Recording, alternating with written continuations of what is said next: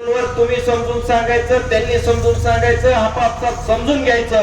हा विषय आतापर्यंत होता, आता इथून पुढे हा विषय राहणार नाही. तुम्ही हे बंद करायचं आणि त्यांनी मान्य करायचं, अन्यथा बंद कायम करायचं.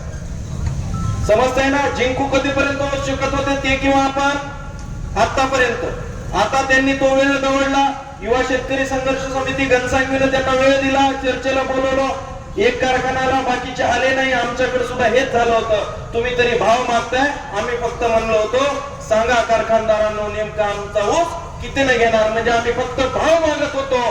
त्यांनी आम्हाला भाव सुद्धा सांगितलं नाही. शेतकऱ्यांच्या पोरांना हलक्यात घेतलं आणि आम्ही बंद केला आणि त्यांना भाव द्यावा. आता पुढील आव्हान काय?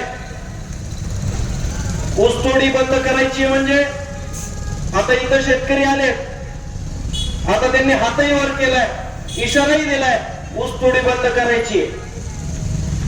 परंतु भावकीची ऊसतोडी बंद कशी करायची? मेन मुद्दा आहे. भावकीची ऊसतोडी बंद कशी करायची? आम्ही नशीबवान आहेत, आमच्या इकडे भावकीने आपापसात भांडण न करता ऊसतोडी बंद केली. तुमच्या इकडे दुसऱ्या प्रकारचा कारखानदार आहे, लोकांना वाटतंय थोडं बरं आहे, त्यामुळे तुमचं आव्हान मोठं आहे. त्याच्यानंतर पुढे काय होतं? नंतर वाहतूक बंद करायची. ट्रॅक्टर कोणाचे? भावकीचे, शेतकऱ्यांचे. गावामध्ये ट्रॅक्टर अडवता येतील का? एक लाईव्ह जाऊ द्या, काही नाही. आम्ही हे केलेलं आहे, केसेस भानगडीच झालेलं. शेतकरी गावातले अडवून येतील का? नाही. तीर्थपुरीचं ट्रॅक्टर घनसांगवीचा आंबडला तिसऱ्या चौथ्या गावात गाठावा. चेक नाके तयार करावे लागतात. त्या ठिकाणी मोठे मोठे लाकडं घेऊन बसावं लागते.